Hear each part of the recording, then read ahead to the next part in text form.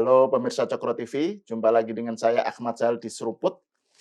Tamu saya kali ini punya kanal sendiri dan saya selalu mengamatinya, mengikutinya, Dr. Prabu Revolusi. Aduh, Selamat terima datang, kasih Mas Prabu. Mas Hal, terima kasih banyak. Ini Karena namanya seruput kopi, kita seruput kopi iya, dulu. seruput. Saya teh sih sebenarnya. Jadi yang penting ada cangkirnya.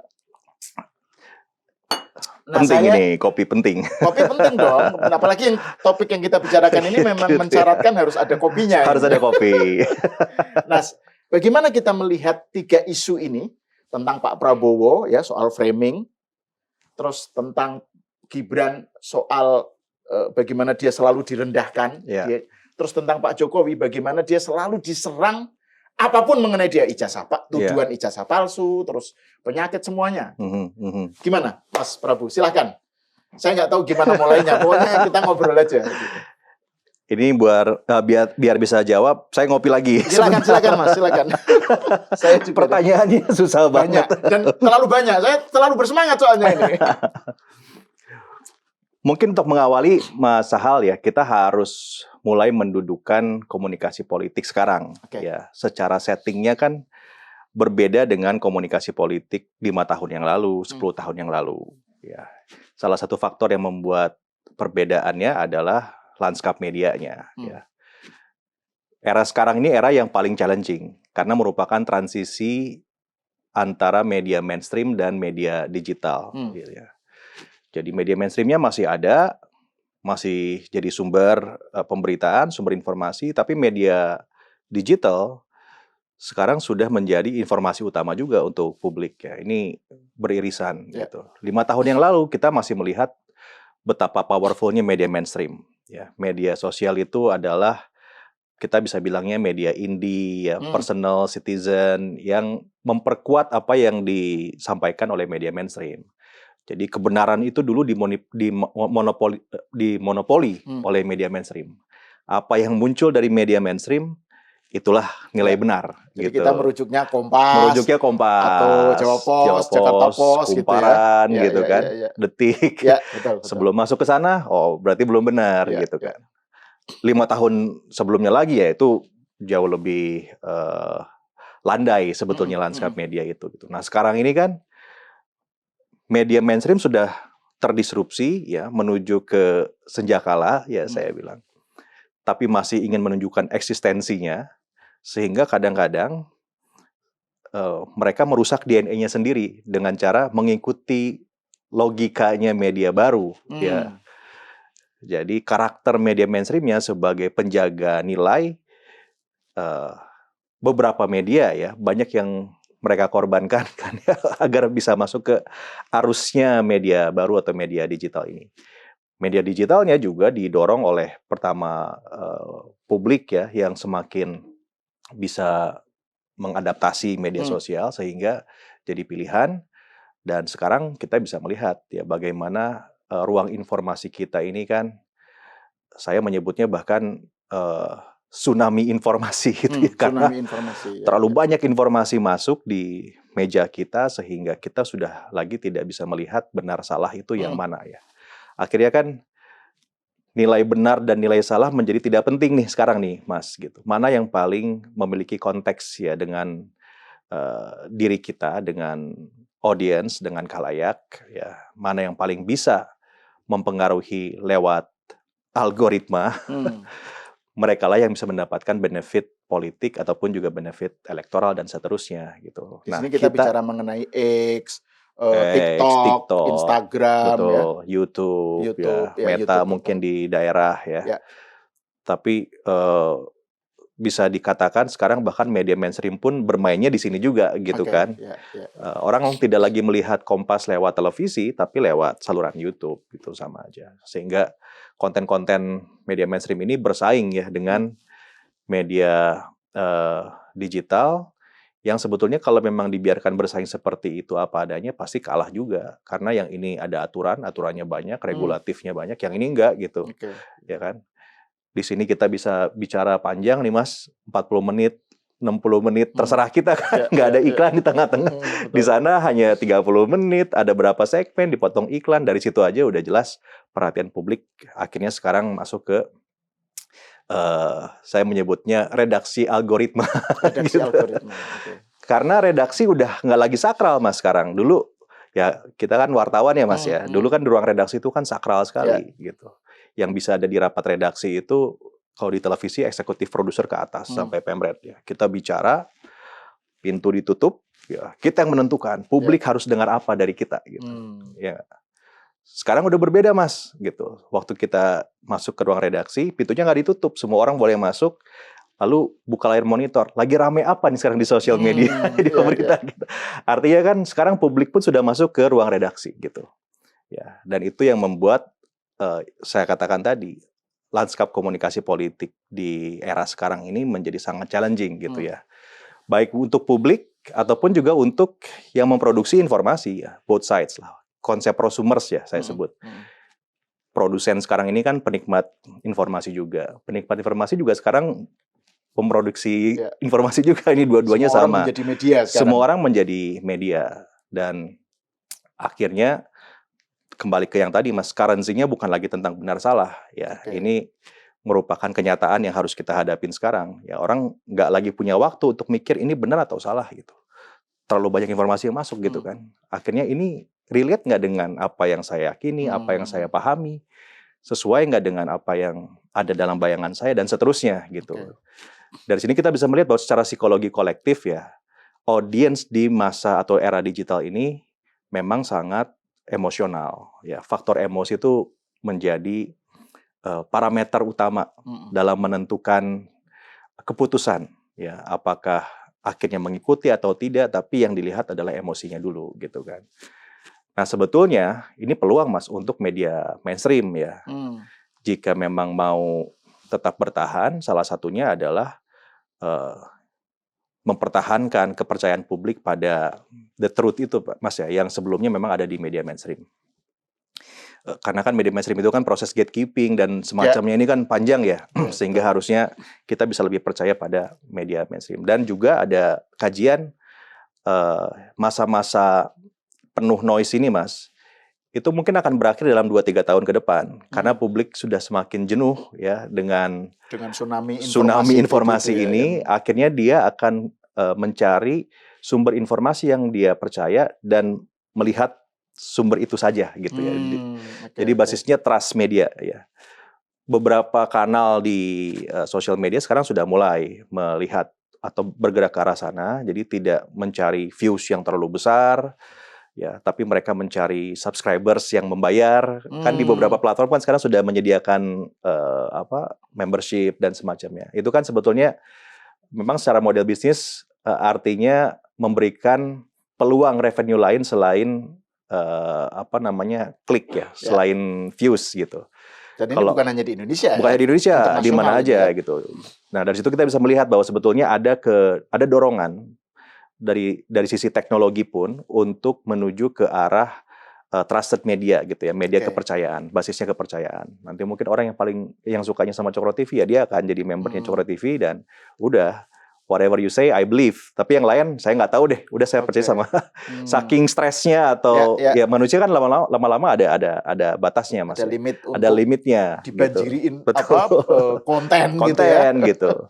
Nah, sekarang kita ada di titik ini ya, dan kebetulan ya di titik ini kita punya figur-figur politik yang paham betul tentang algoritma, kalau saya katakan, Mas ya. Jadi Pak Prabowo, Gibran, atau Pak Jokowi itu, saya sudah cek di setiap periode ya, engagement-nya selalu tinggi, Mas. Ya, hitung aja, dibandingkan dengan tokoh-tokoh politik yang lain, ya, 3 ini adalah 3 teratas, kalau saya boleh bilang politisi ya, politisi yang memiliki keterikatan dengan audiensnya itu tinggi sekali. Baik untuk diserang maupun untuk diserang ataupun untuk dipuji. Didukung. Betul. Gitu ya. Nah, saya punya pandangan lain tentang diserang ini, Mas, gitu. Ya di era attention economy ya yang saya sebutkan. Sebetulnya yang perlu dicari itu perhatiannya, bukan tentang disukai atau tidak disukai. Jadi menurut saya itu being loved is optional. Ya. but being noticed is essential. Di era ini ya. Ya. Yang paling nasibnya sial itu kalau being ignored, ya. Being ignored. Itu Dianggap mimpi buruknya politisi. Iya.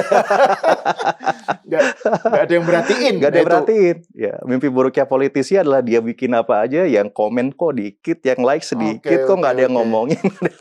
Jadi diserang, dibenci apa itu dengan dosis yang banyak pun itu nggak justru masalah. Publicity, Ya. Waktu di unpacking saya bicara juga di retorika juga saya sempat ngomong juga. Memang sekarang pemimpin dunia ya, mana sih yang nggak dibenci? Semuanya juga dibenci, Mas. Jadi melihat fenomena Prabowo sekarang yang diserang gitu ya. Sekarang kan Pak Prabowo juga sudah mulai diserang juga kalau kita lihat ya. Lihat aja di komentarnya gitu. Barangkali pengamat-pengamat agak segan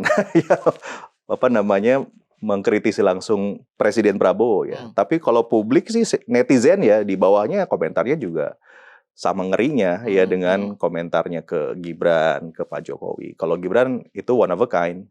Dia mungkin batuk aja salah, Mas. Itu batuknya kurang bagus gitu. Dibilang. Kemarin kan potong tebu salah juga gitu. Pokoknya dia bahkan mungkin dia lahir aja udah salah. Dia lahir aja udah salah gitu. Batuk atau duduk wah salah, ada aja yang salah kalau Gibran gitu. Kalau Pak Jokowi ya kurang lebih sama ya, Mas ya. Bahkan setelah beliau purna tugas seperti sekarang gitu, ada aja pembahasannya. Ya, yang mungkin tadi Mas Sahal bilang yang sebelumnya belum pernah mengalami seperti ini nih gitu kan. Jadi ada topik ijazah, sekarang sakit juga dibicarakan juga.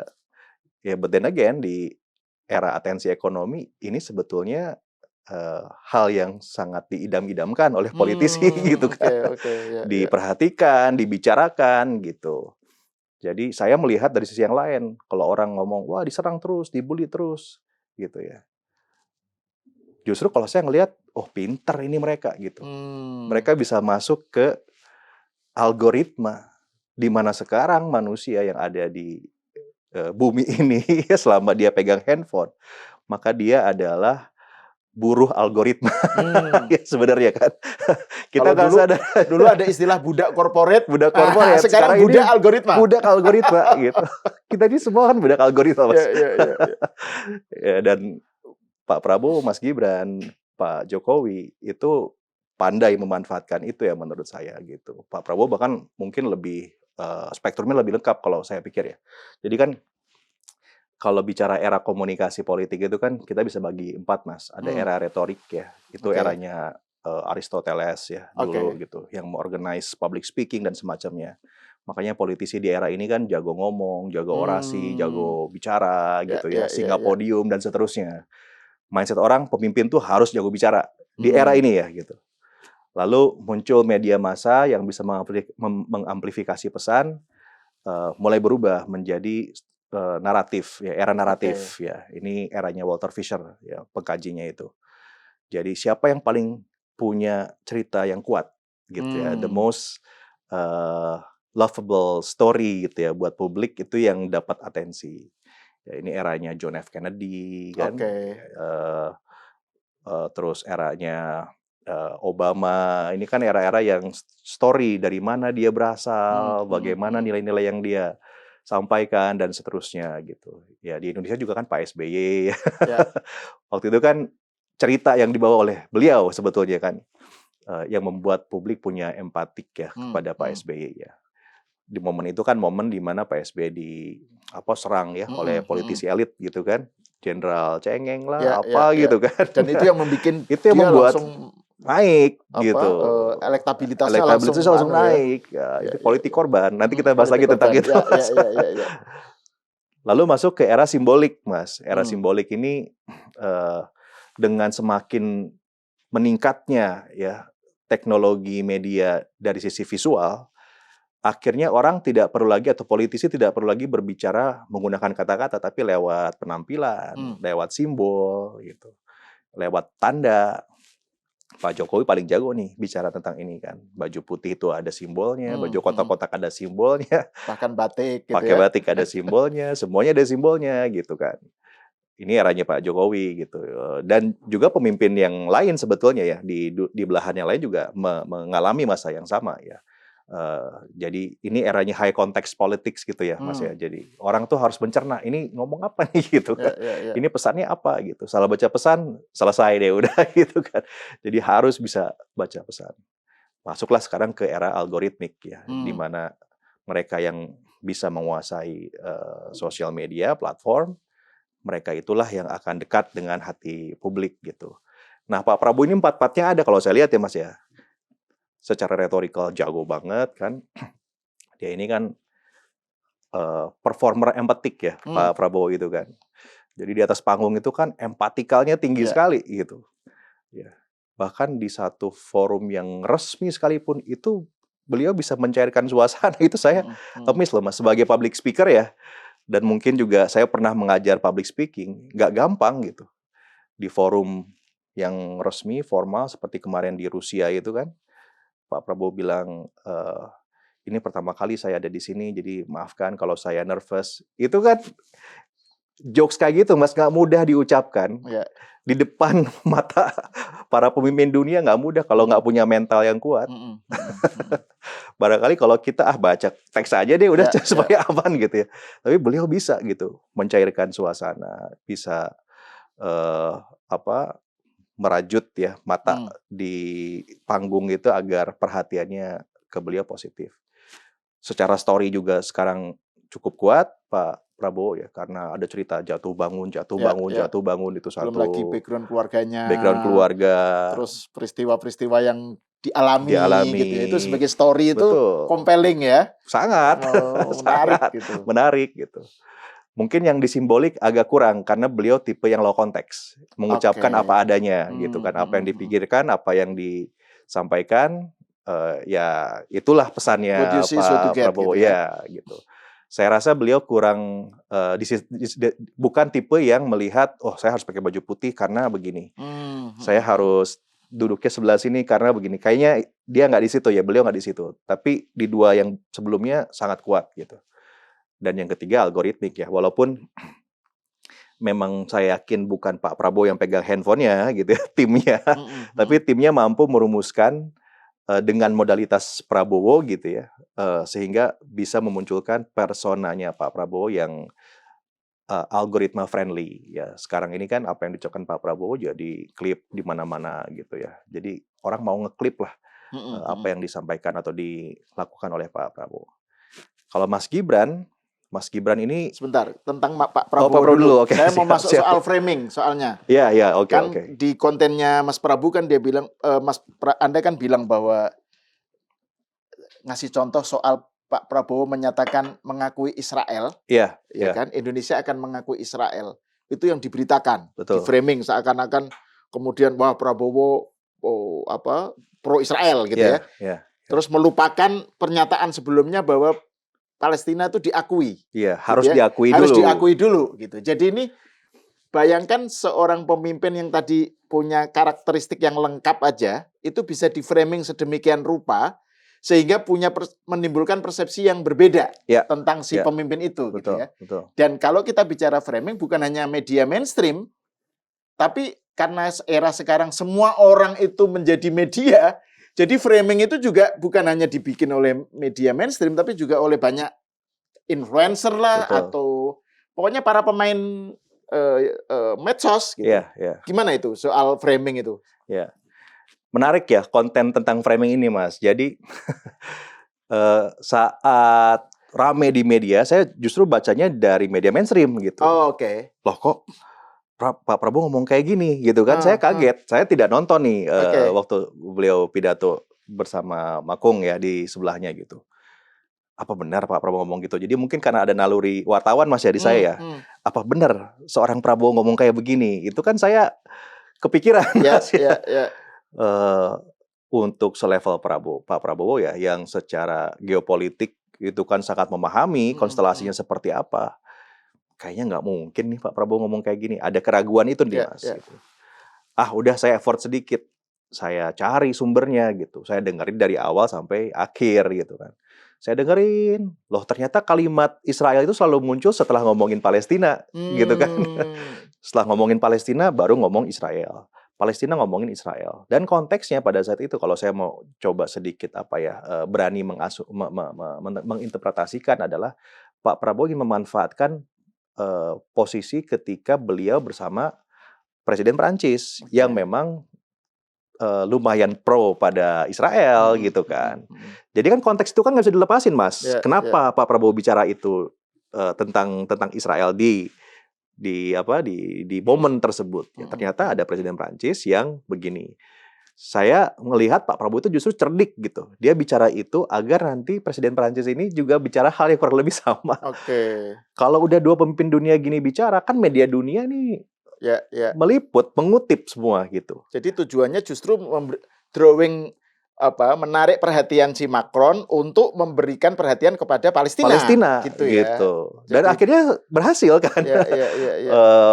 Macron juga memberikan statement yang kurang lebih sama nafasnya gitu. Yang mungkin tidak akan beliau lakukan kalau Pak Prabowo tidak membuat statement itu, kan harus direspon nih statementnya. Betul. Nah, tapi kan ini masalahnya ada di soal framing.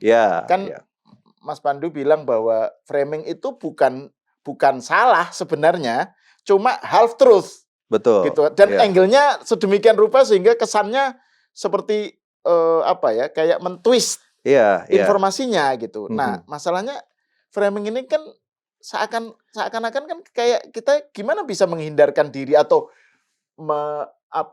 bisa nggak terpengaruh oleh framing. Itu gimana caranya? Dengan inilah situasi yang seperti ini. Memang kompleks, Mas ya. Jadi waktu saya pimpin media tuh, Mas. Di MNC ya. Di MNC ya. Setiap hari itu bikin agenda setting, lalu mereka bicara framing. Framingnya apa gitu. Kan saya ngajar jurnalistik di kampus. Terus saya bilang, framing itu ya mesti punya alasan. Kenapa kita nggak framing? Nggak bisa semua hal kalian framing. Ya. Framing itu buat media adalah superpower, saya bilang ya.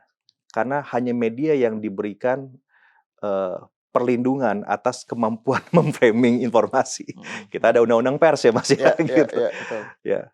Jadi hanya media ini yang punya keleluasaan itu. Dan itu superpowernya media. Ibaratnya superpower, Superman itu terbang kalau ada musuh. Nggak terbang mau makan, dia terbang. Nggak gitu. Artinya framing itu digunakan pada saat kita merasa memang ada necessity untuk melakukan framing. Jadi framing boleh dilakukan, sangat boleh. Tapi motifnya juga harus jelas. Apa motifnya?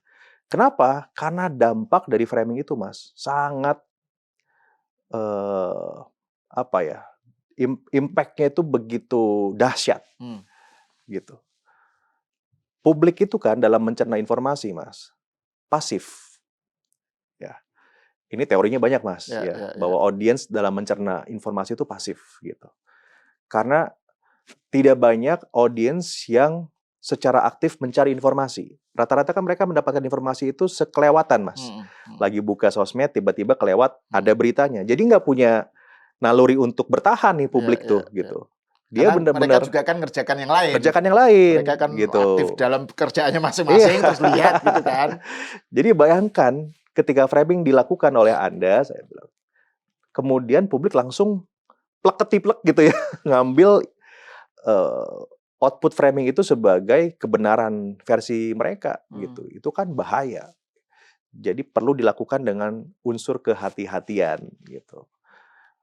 Nah, framing itu bisa dilakukan kalau yang pertama medianya memiliki posisi politik yang jelas. Misalnya saat CNN di Amerika memilih Demokrat gitu. Jelas orang tahu bahwa CNN itu Demokrat. Udah pasti di CNN Amerika itu yang namanya Trump itu jelek gitu kan. Publik udah punya awareness, udah punya ekspektasi, Mas, pada beritanya CNN. Juga sama ke Fox gitu. Tapi kalau di politik, media mainstream tidak punya positioning politik yang jelas, artinya netral lah dia bilang gitu ya. Itu justru harus lebih hati-hati lagi bikin framing gitu. Karena publik akan melihatnya ini sebagai kebenaran. Itu yang pertama, Mas, yang saya bilang sama teman-teman itu framing itu boleh tapi harus hati-hati dan harus punya motif gitu. Kalau sampai media mainstream kemarin itu mengungkap pemberitaan itu menggunakan teknik framing, dan jelas framing Mas ya, karena kan kalimatnya kan tidak dikutip utuh, hanya diambil setengah, ya itu sudah pasti ada motif. Ya, tidak mungkin tidak ada motif gitu.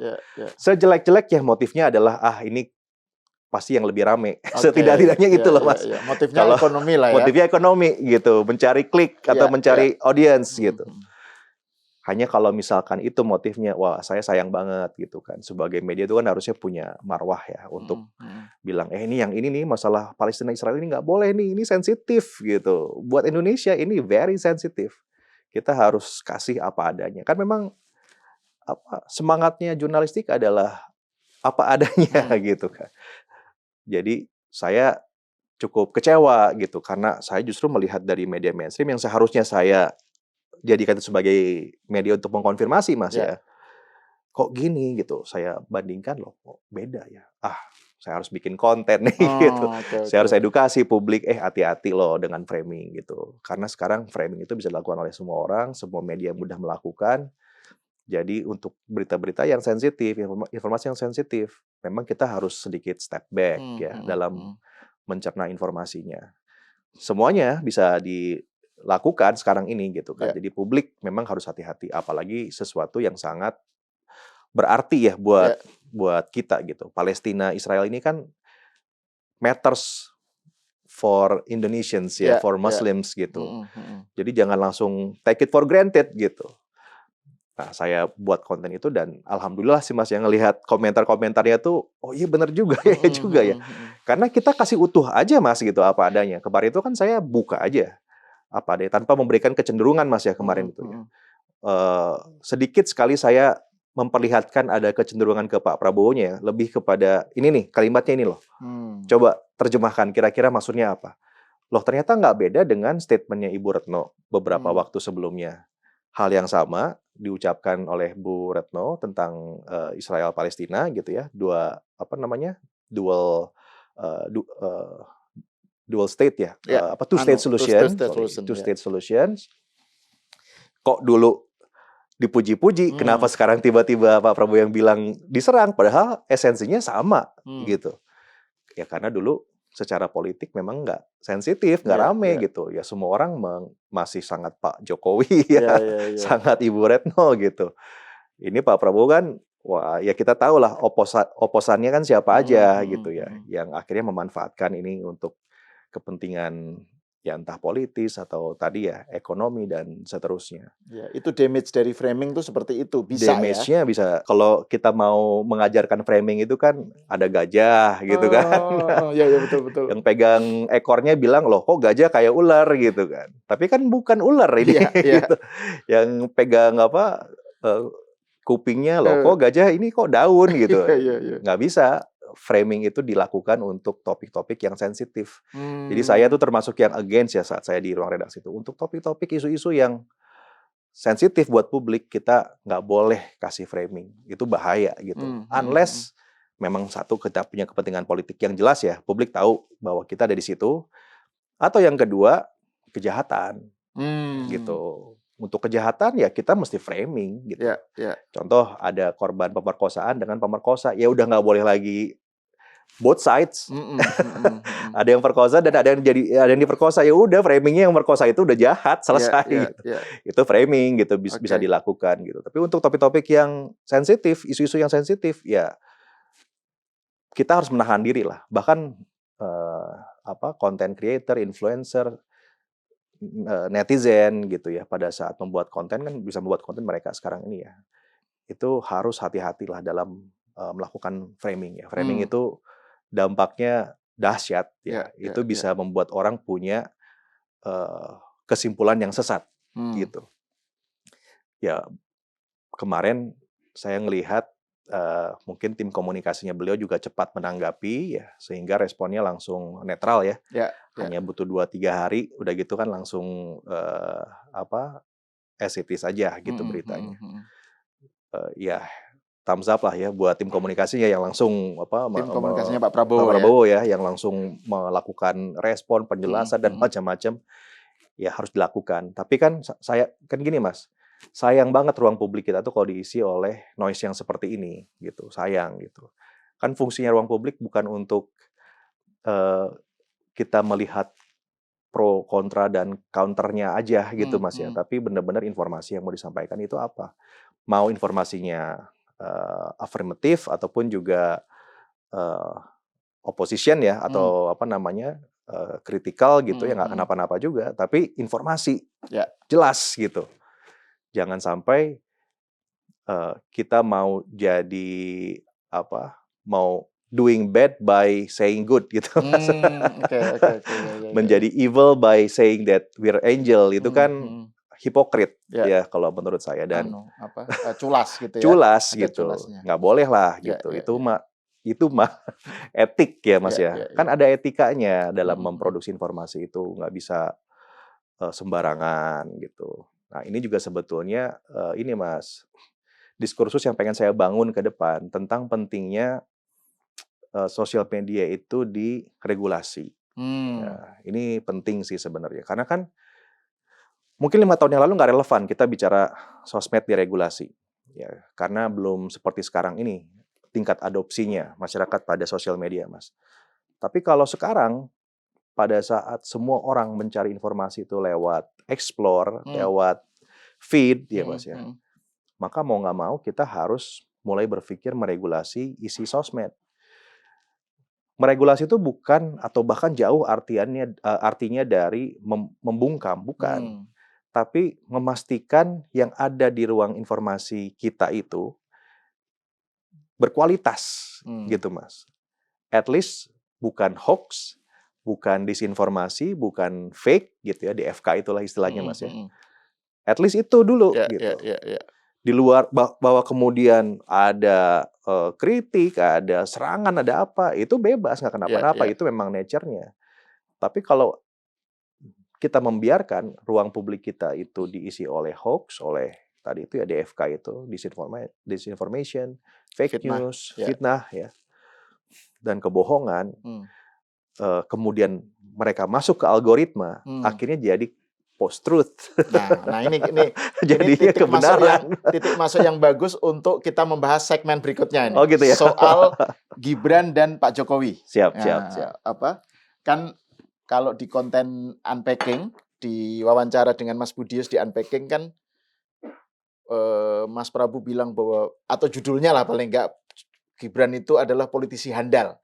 Dan Pak Prabowo tahu itu gitu ya. Dia ngaku inilah gitu. Acknowledge itu. Dan ini menarik karena kalau kita kontraskan atau kita bandingkan dengan yang bagaimana Gibran diserang di media yang tadi kita bilang itu loh. Apapun salah gitu ya. Sejak dulu Gibran itu pokoknya image-nya adalah satu inkompeten, terus kemudian dia ikut ini bapaknya. Jadi faktornya itu faktor MK itu loh. Jadi Gibran ini pokoknya bukan karena kualitasnya gitu ya. Terus yang ketiga soal Fufu Fafa misalnya ya. Jadi warna serangan atau gaya serangan terhadap Gibran itu kan arahnya ke situ semua gitu ya. Tapi Mas Prabu bilang Gibran ini politisi handal gitu. Dan itu tadi saya jadi ingat tadi soal penting bagaimana politisi menavigasi atau menyiasati soal algoritma gitu ya, soal like and dislike apa. Gimana Anda melihat soal Gibran ini? Bisa dijelaskan lagi nggak di sini gitu? Mungkin sebelum bahas ke topik tersebut Mas ya, saya mau menyegarkan lagi ingatan publik tentang Mas Gibran ya. Saat Pak Jokowi masih menjabat sebagai presiden dan belum masuk ke politik 2029 Mas ya, Mas Gibran ini media darling, ya kan, positif gitu. Saya ingat saya masih di MNC, saya pernah di CNN gitu ya. Kita ngejar wawancara Gibran gitu sebagai wali kota muda. Dan ternyata at that times juga kesimpulannya, oh ternyata Gibran bisa mimpin Solo gitu kan. Baca berita dulu ketika 2021, 2022, berita jelek tentang Gibran tuh sedikit Mas. Saat jadi wali kota Solo ya. Toh memang faktanya juga bagus ya. Mau bahas apa, ekonomi paling tinggi di Jawa Tengah. sisi infrastruktur bahkan melebihi bapaknya. Waktu Mas Gibran itu pimpin Solo kan dibangun banyak banget di Solo itu gitu. Dan kemudian Gibran pada saat itu memang punya personifikasi politik yang otentik. Ya. Hinaan bahwa Gibran nggak pernah baca buku dan semacam itu kan baru ada sekarang, Mas. Saat menjadi wali kota Solo itu malah jadi pujian gitu ya. Diwawancara sama host, saya lupa apakah Najwa atau Mbak Rosi ya, Mbak Najwa atau Mbak Rosi yang bilang, baca buku nggak gitu? Oh, saya nggak pernah baca buku. Tapi dulu itu afirmatif, positif, Mas, gitu. Keunikan, dianggapnya wah kocak nih anak gitu kan. Nggak yang wah bodoh, pelongo-pelongo, enggak, belum muncul, Mas, gitu. Cek aja, kan kita harus melihat sejarah nih, Mas, gitu ya. Pada saat itu baik-baik aja Terus Gibran juga ini. ada yang itu loh, yang adegan saat dia di Prancis atau apa di Paris ya, diwawancara apa dengan dia kan bahasa Inggrisnya apa kan kelihatan fasih lah ya, fluent gitu. Dan itu kan wah ini politisi muda wali kota yang promising kayak gitu-gitu kan. Waktu itu image-nya begitu. Image-nya begitu. Ya, jadi setelah MK baru kemudian kan serangan-serangan ini ada. Yang lama ini kan dicari lagi jeleknya apa nih. Yang di Prancis itu kan dicari, oh ternyata pakai prompter gitu kan. Baru keluarnya kan setelah MK, Mas, itu semua. Ya, kata-kata tuduhan, bukan tuduhan sih sebetulnya ya. Wah ternyata pakai prompter doang. Itu kan munculnya baru sekarang, bukan dulu. Padahal kan gambar pakai prompter udah lama. Dan wajar ya, politisi manapun pakai prompter gitu ya. Pada saat ada yang bicara ya waktu Mas Gibran bikin monolog, oh pakai prompter inilah Obama aja pakai prompter kok kalau lagi pidato gitu kan. Itu hal yang biasa. Saya jawabnya malahan, saya tuh pembaca berita, saya tuh baca prompter gitu. Itu hal yang biasa. Nah, kita bisa melihat, oh jadi sebetulnya serangan kali ini tuh bukan tentang Gibrannya, tapi kan ada motif politik gitu kan. Jadi kita juga mesti membaca, oh ini serangan politis gitu. Dan Mas Gibran tahu itu, ya. Salah satu kelebihannya Mas Gibran dan juga Pak Jokowi yang saya kenal gitu, yang saya tahu adalah mereka itu nggak baperan. Itu sebetulnya modality yang sangat kuat di era sosial media. Kalau influencer atau content creator baperan, wah bisa habis tuh gitu ya, bisa blunder malahan gitu ya, karena merespon terlalu emosional, terlalu apa, akhirnya malahan kena batunya gitu ya. Atau misalnya jadi nggak bisa tidur, enggak, Mas, jadi sakit atau apa gitu ya. Itu sama sekali Mas Gibran sama Pak Jokowi itu ya menanggapi kritikan, menanggapi komentar-komentar jahat seperti itu Mas ya dengan santai gitu, dengan ya seperti kita kayak gini aja bicaranya gitu. Kadang-kadang malahan dalam tanda kutip ya menjadi hiburan gitu buat mereka tuh gitu. Gitu. Jadi yang saya ingat waktu lagi di BINUS atau di mana ya Mas Gibran bilang kan, wah ini saya kalau ngomongin AI ini pasti dibully gitu kan. Itu kan sebenarnya santai Mas ngomongnya, pasti dibully gitu. Dia sudah expect ya. Sudah gitu. Memperkirakan gitu akan. Nah, karena sifatnya atau tidak bapernya Gibran ini itu membuat dia lebih cakap ya dalam memetakan pola komunikasi di platform digital ini. Dia tahu lah yang segini memang diciptakan untuk dia dibuat untuk membuat kontroversi, yang ini tidak, bagaimana memainkannya gitu ya. Saya pikir Gibran cukup jago ya. Nah, ini terkait dengan itu ya, dengan apa yang di unpacking itu adalah Gibran adalah politisi handal, itu terkait dengan kemampuannya untuk mengkapitalisasi apa yang terjadi pada dunia medsos gitu ya. Itu salah satunya Mas ya, salah satunya. Ya secara entitas Gibran sendiri sebagai politisi menurut saya juga tidak bisa dipandang sebelah mata juga. Ya terbukti dari yang ketika gitu kan. Jadi wali kota Solo. Jadi wali kota Solo. Terus yang kedua, dengan semua tekanan publik yang ada ini, menang lo jadi wapres. Ya nggak sih, kan nggak gampang Mas, gitu. Gibran itu sama Pak Jokowi beda. Pak Jokowi itu jadi presiden dengan dukungan publik, dengan dukungan media. Ya media kan melihat Jokowi sebagai alternatif gitu. Betul. Menang ya wajar. Gitu. Kalau Mas Gibran ini sama Pak Prabowo ya menang pemilu 2009 ini betul-betul suara rakyat karena medianya kan enggak, Mas. Suara publiknya kan enggak ke situ gitu. Ya kan? Ada banyak isu yang jadi makanan enak ya untuk dijadikan bahan serangan gitu kan di eranya Pak Prabowo sama Mas Gibran. Artinya kalau misalnya pemilu 2029 itu kan orang selalu nuduhnya ini kan dia mendapatkan bantuan MK apa. Tapi kan yang dilupakan orang karena itu suara rakyat bisa aja kalah kan? Bisa aja kalah. Jadi itu yang seakan-akan waktu itu bahkan PDIP, artinya pendukung PDIP 01 lah gitu ya, kan yakin banget akan menang kan saat itu. Iya, ya itu saya sampaikan juga kemarin gini. Coba deh lihat media lagi, sekali lagi saya mendorong jejak digital itu kan nggak bisa dihapuskan. Lihat aja di periode Oktober, November gitu ya. Pemberitaan saat itu tidak ada yang menolak Gibran sebagai cawapres. Dari sebelah sana, Mas ya.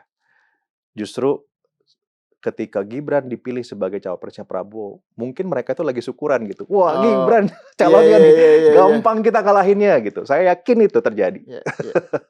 Contoh yang paling nyata, Butet. Pernyataan Butet ketika, wah ini sasaran empuk nih, lawannya gitu. Profesor Dr. Mahfud MD gitu kan. Betul, iya. Itu perasaan saat itu kan kuat itu kayak gitu ya. Jadi di relungnya para politisi di 01, 03 pada saat itu, saat Gibran menjadi cawapresnya Pak Prabowo itu, alhamdulillah bukan Erick Thohir. Iya betul. Kalau Erick Thohir kan by survei udah menang di mana-mana saat itu kan, Prabowo Erick Thohir, Prabowo Ridwan Kamil kalau nggak salah Mas ya, Prabowo Sandi Uno atau siapa lagi lah pokoknya. Gibran tuh kan di survei nggak pernah masuk top 3 atau top 5 disandingkan dengan Ganjar ataupun dengan Prabowo gitu. Makanya begitu jadi calonnya Gibran itu nggak ada narasi bahwa wah mengubah undang-undang belum Mas. Silakan. Ini sasaran empuk nih, titik lemahnya Prabowo nih gitu ya. Cek aja di pemberitaan menarik saat tuh, itu. Menarik. Itu saya kira poin yang bagus itu untuk kita perhatikan. Iya. Nah, barulah kemudian setelah Desember akhir Januari awal, pada saat survei mulai muncul dan menunjukkan ternyata Prabowo Gibran menyusul Ganjar, Mahfud, Anies, Muhaimin, di situ mulai narasi ini muncul kan tentang MK, lalu kemudian Fufu-Fafa belum ada waktu itu Mas Samsul gitu. Itu baru muncul saat itu gitu. Dan saya kan ada di sana ya. Sangat tahu lah kapan kita mulai nyusul itu kan momennya saya hafal banget Mas, baik di udara ataupun juga di survei ya. Di udara tuh Prabowo Gibran baru mulai ya menguasai udara itu di Januari pertengahan. Karena di Desember akhir aja yang masih megang TikTok itu Pak Anies dengan apa namanya? Yang live-nya itu loh Mas, yang K-pop itu kan. Betul ya. Itu masih Mas Anies. Ada itu loh forum yang dibikin di berbagai tempat. Desak Anies. Itu masih Pak Anies gitu. Mas Ganjar juga masih kuat di YouTube dan seterusnya gitu. Nah, itu baru Januari lah. Karena di Desember awal baru Mas Gibran itu mau memanfaatkan sosmednya untuk politik. Cek di postingannya sosmednya Pak Gibran, Mas Gibran. Konten-konten kampanye itu baru muncul Desember awal. Di November itu nggak ada sama sekali konten politik. November kesini Mas ya, nggak ada sama sekali. Semuanya tentang Solo aja udah. Barulah Desember awal itu TikTok-nya mulai bergerak, Instagram-nya mulai bergerak, Twitter semuanya gitu tuh baru mulai di sana gitu. Ya, saya ada di tim itu Mas, maksudnya tahu petanya gitu. Siapa yang mengerjakan bukan kan saya tahu. Ada di tim itu, tapi yang memimpin ya, salah satu yang memimpin. Jadi saat itu ya Mas Gibran ya bisa kita rayu lah ya, Mas, kita memang harus menggunakan sosial media nih sekarang gitu. Terus harus ya. Itu saya ingat tuh pertama kali itu beliau bilang tuh di bandara nih, harus ya Mas pakai sosmed gitu. Harus Mas gitu. Lihat hasil surveinya yang yang lihat YouTube tuh sekian persen, ini sekian persen, ini ada datanya. Yang mana aja nih yang harus kita mainkan gitu. Oh Pak Prabowo di sini kuat, ini kuat. Saya nutupnya yang sebelah mana gitu. TikTok Mas kita masih lemah gitu. Saya bilang TikTok kita masih lemah. Kemudian di Instagram ini dari sebelah masih kuat gitu. Ya udah kita mainkan itu aja 2. Jadi hanya 2 dulu Mas yang dimainin. YouTube-nya belum. Ya ini sekali lagi cek lagi silakan. Ya. YouTube-nya belum gitu. Barulah TikTok sama Instagram-nya dijalankan dan ternyata growth-nya kan luar biasa. Ya, karena itu segmen generasi Z. Segmennya dan di beliau milenial. gitu. Ya, Nah, betul. waktu sosmed beliau mulai dibuka itu tinkernya beliau sendiri gitu. Bikinnya kayak gini, pakai back sound-nya ini, ngeditnya kayak gini itu arahannya ya beliau yang memberikan do and don'ts Mas ya gitu. Kayak ya warnanya harus kayak gini ini karena he knows what he doing lah ya. Ya, logiknya audiens itu di media baru beda sama ini. Makanya ada salah satu yang paling epic tuh pada saat Pak Anies itu bikin yang live TikTok ya, curhat, kalau nggak salah curhat ke Abah atau apa ya, saya lupain namanya kan. Iya.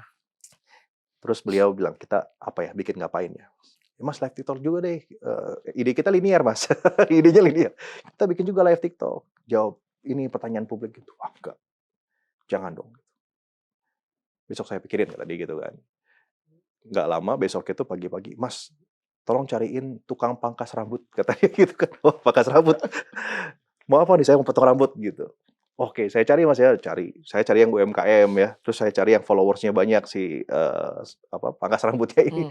Dapatlah gitu. Ada Mas di sini gitu. Oke, kita di sana.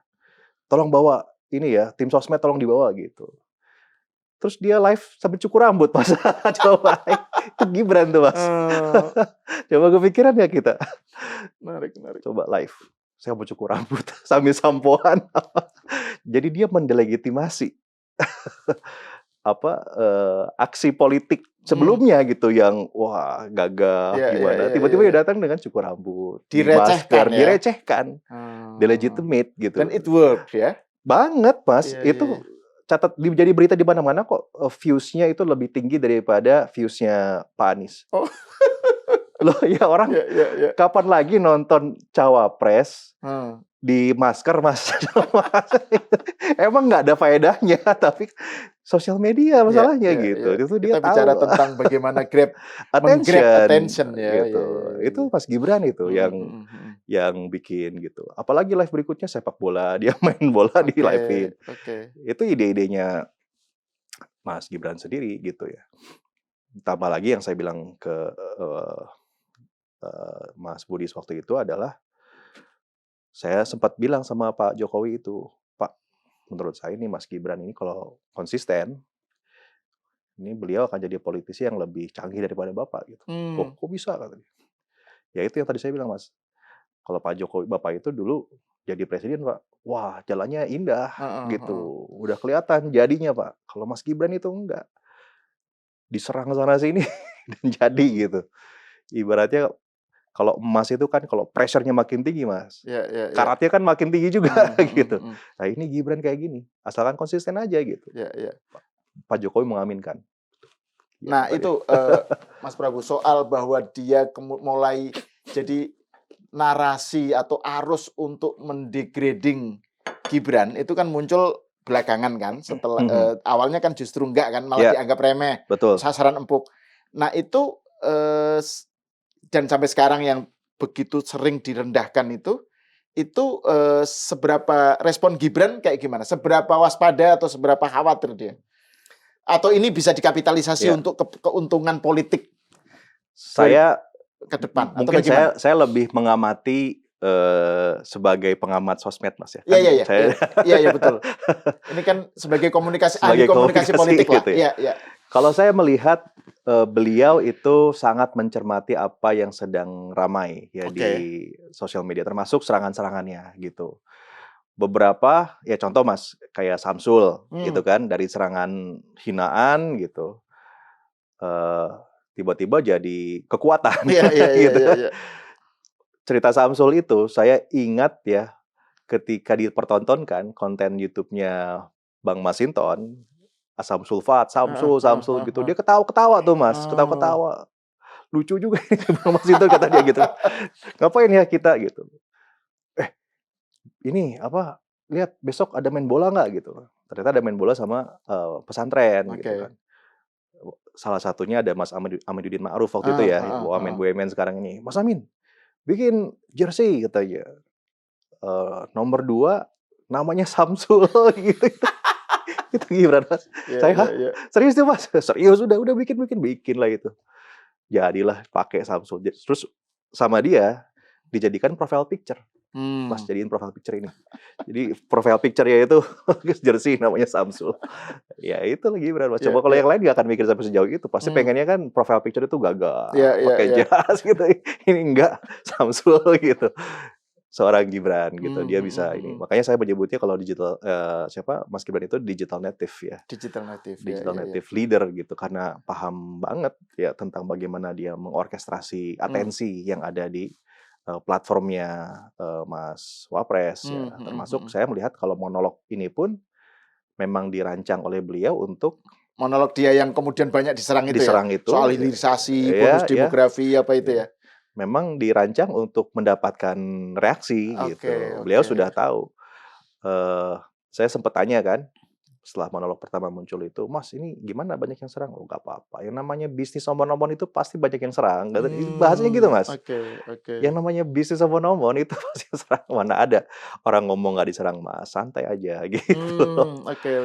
Jadi posisinya Mas Gibran mendapatkan atensi kayak begini ya buat beliau KPI-nya tercapai gitu. Memang itu yang dicari. Ya bagaimana mungkin konten seperti itu, Mas, bisa di-quotes oleh banyak channel yang lain, oleh media mainstream, oleh ini. Ya. Coba kalau politisi yang lain bikin video rekaman bicara tentang hilirisasi.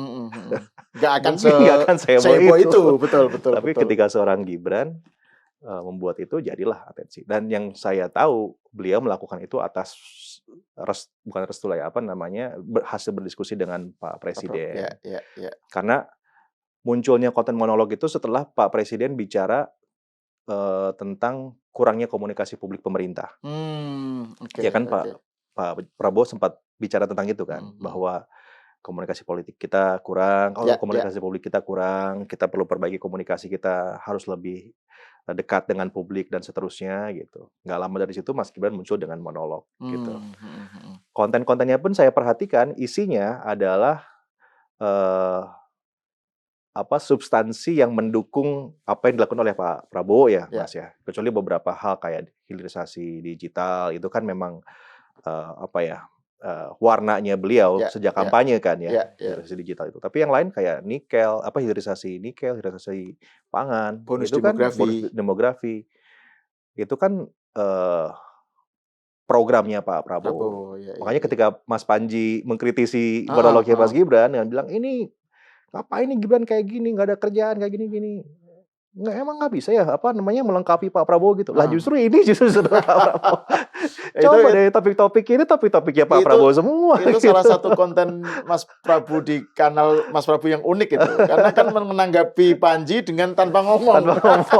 Pakai teks gitu kan. Teks ya. Artinya mematahkan klaim-klaimnya Panji dengan menabrakkannya, mengkontraskannya dengan bukti. Berita apa gitu ya.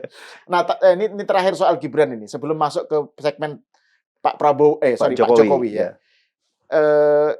Kan tadi Mas Prabu bilang bahwa Gibran dan Pak Jokowi itu orangnya nggak baperan gitu kan. Tapi di obrolan dengan Mas Budios di Unpacking itu kan ada cerita nih, karena kan Mas Prabu mendampingi Gibran kan ketika kampanye kan dan debat. Dan Mas Prabu cerita bahwa Gibran itu sempat emosional ketika Pak Prabowo dikasih nilai oleh Anies dan Ganjar kan itu kan ada bapernya itu berarti kan. Gimana itu bisa diceritakan lagi di sini kan? Mungkin beliau nggak baper untuk urusan dia sendiri ya. Oke. Tapi pada saat melihat Pak Prabowo seperti itu ya panas, apalagi anak muda Mas ya gitu. Dan Mas Gibran ini kan sangat-sangat hormat Mas ya sama Pak Prabowo ya.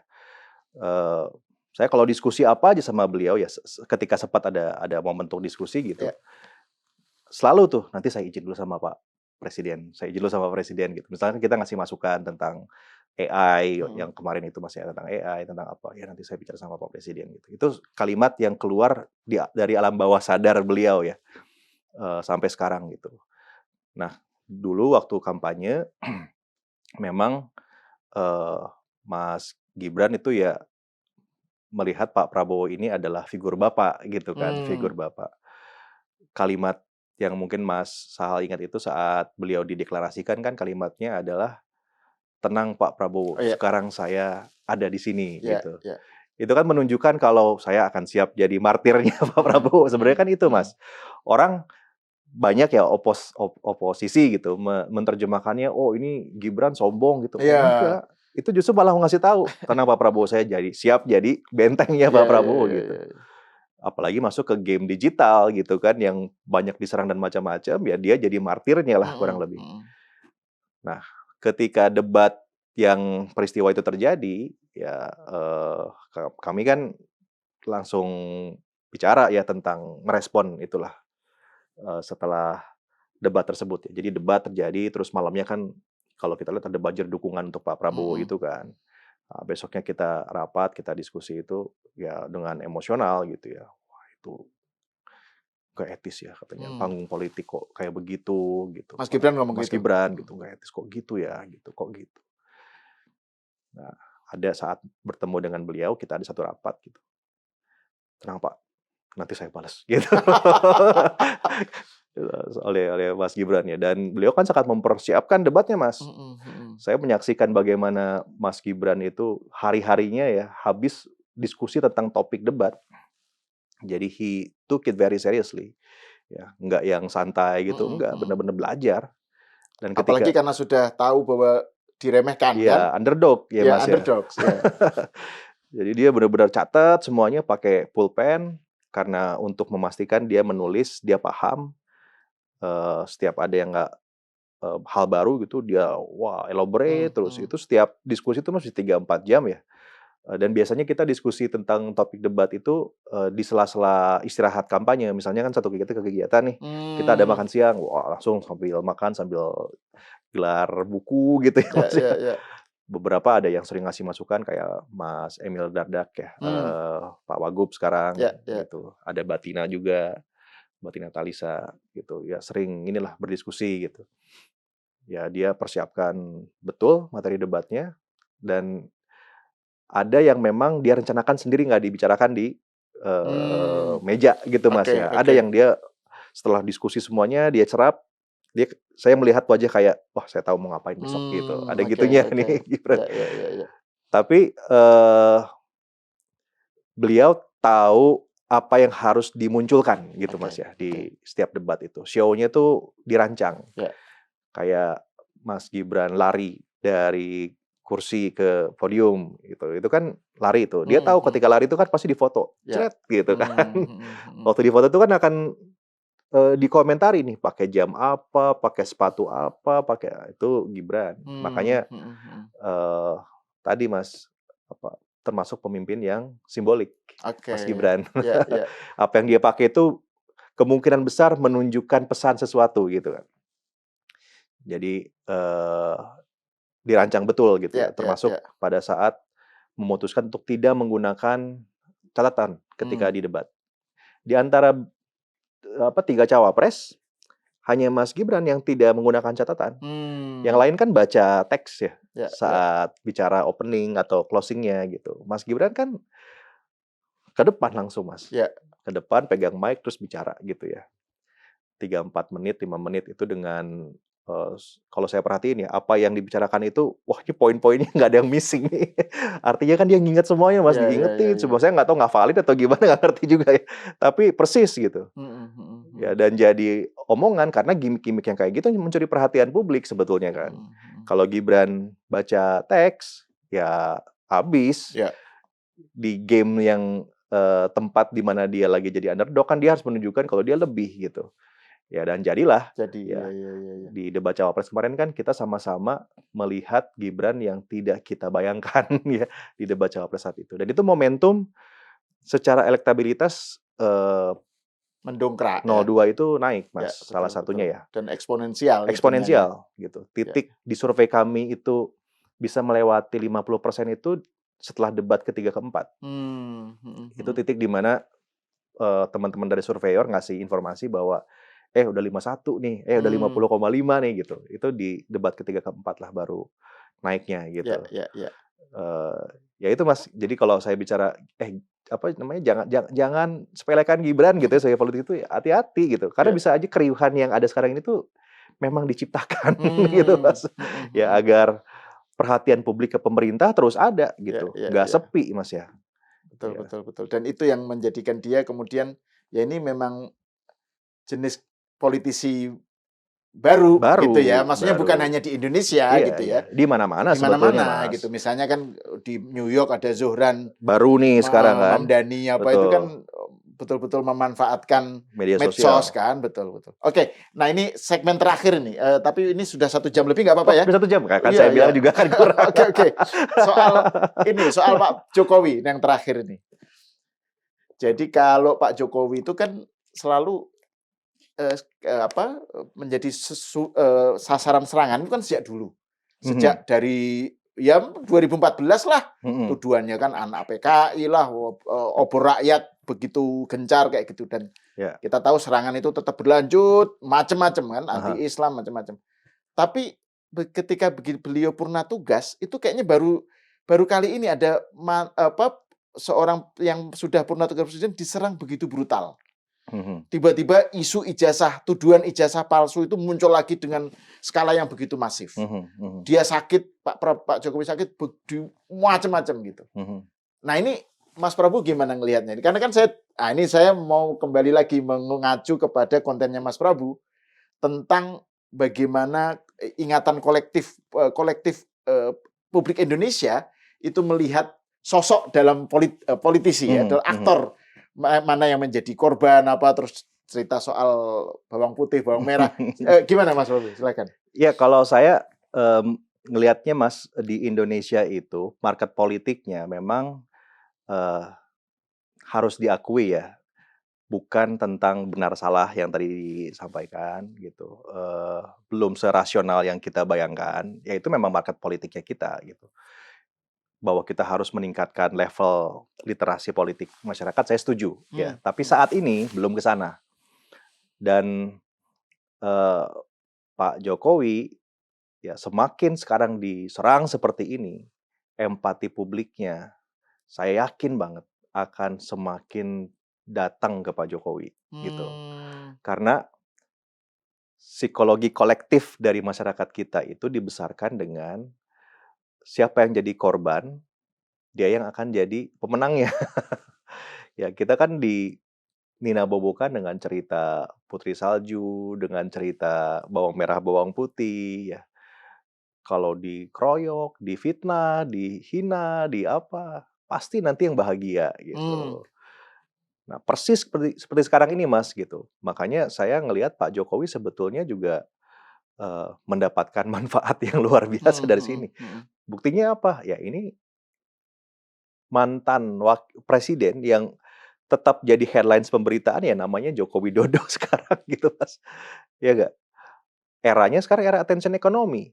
Jadi atensinya dapat Mas. Di luar negatif positif ya. Tadi kan yang seperti saya katakan. Diserang di sosmed itu bukan berarti kiamat gitu.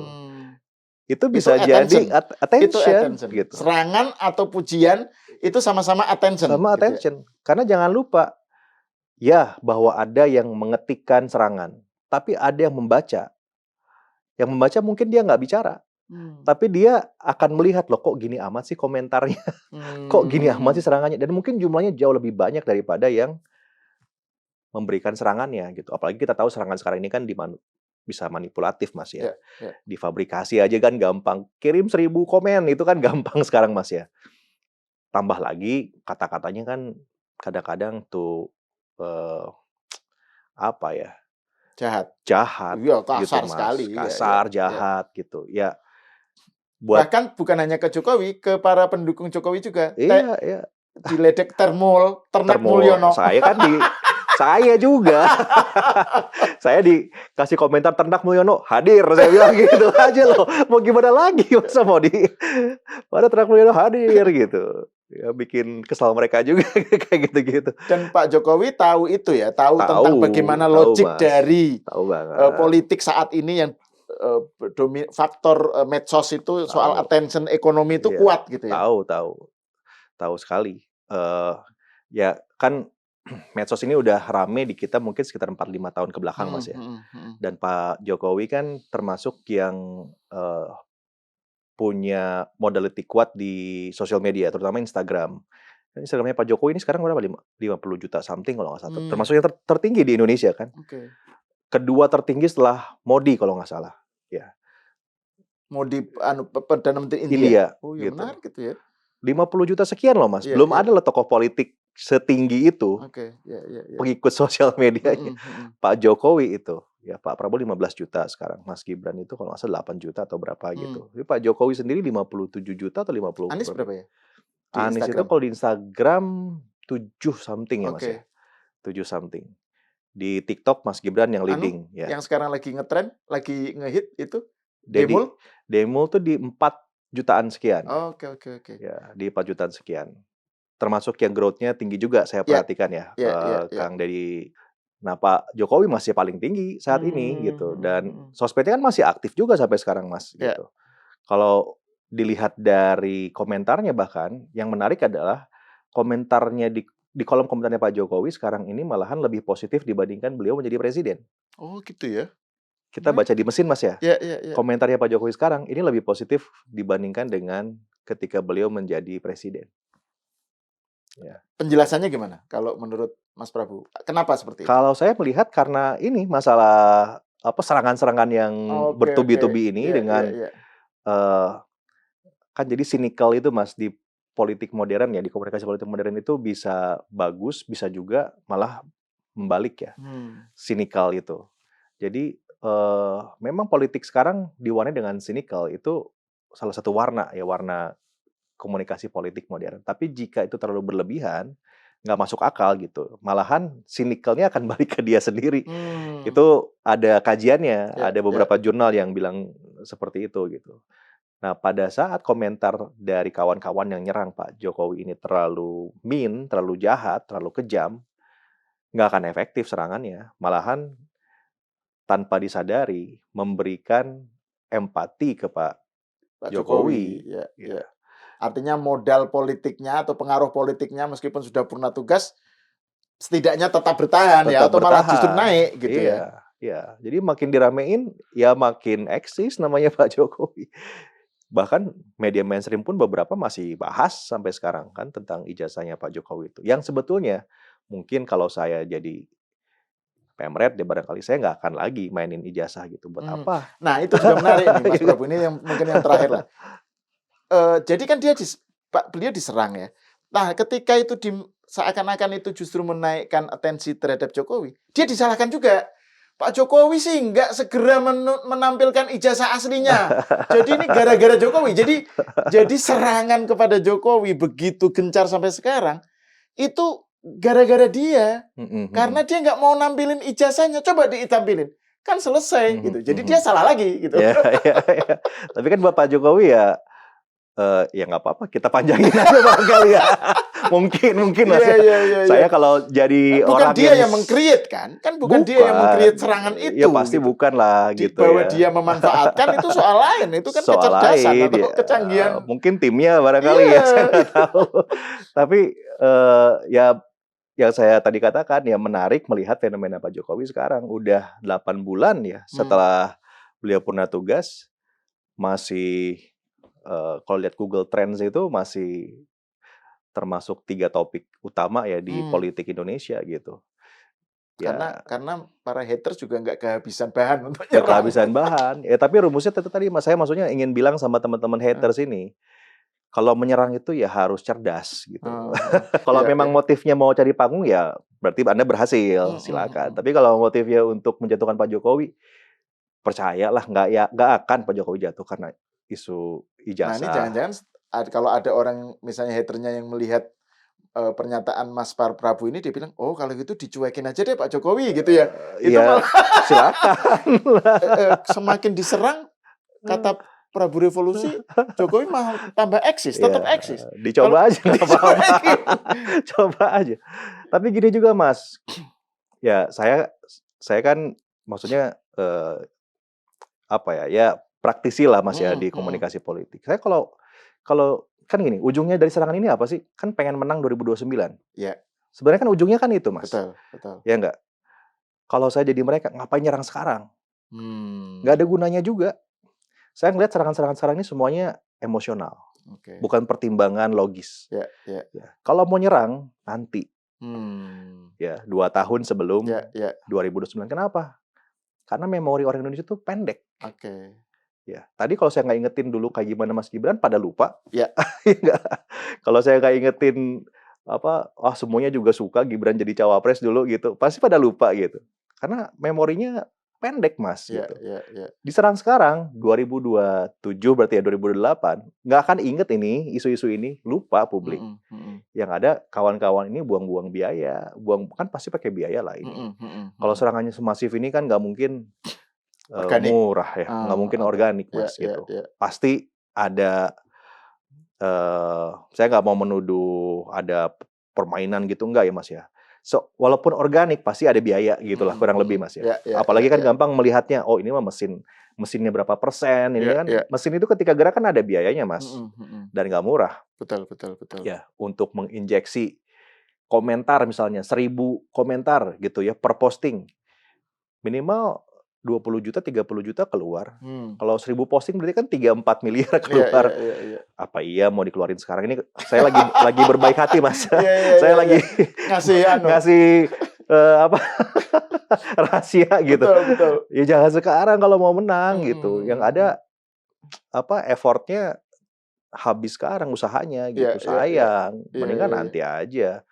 Belum tentu 2027 itu isu yang dimakan sama publik isu ini. Bisa jadi nanti ada isu baru yang bisa yang lebih tokcer ya untuk digoreng 2027 itu menjelang 2 tahun menjelang 2 tahun menjelang 2029.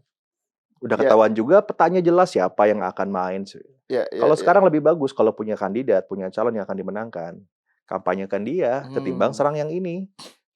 Nah, ini saya mungkin diomelin kali sama yang ini. Jangan ngomong kayak gitu. Tapi biarin Mas, ibadah. Ibadah. Menarik. Oke, terima kasih Mas Pandu Revolusi Mas Prabu Revolusi atas obrolannya. Saya kok jadi keliru teranu dengan Pandu. Mas Prabu atas obrolannya, dan saya kira ini salah satu diskusi terpanjang lah di Seruput. Saya kira ini semoga bukan yang pertama, bukan yang terakhir maksud saya. Ya, siap. Ya, oke. Pemirsa, sampai di sini dulu. Kita berjumpa lagi di episode selanjutnya.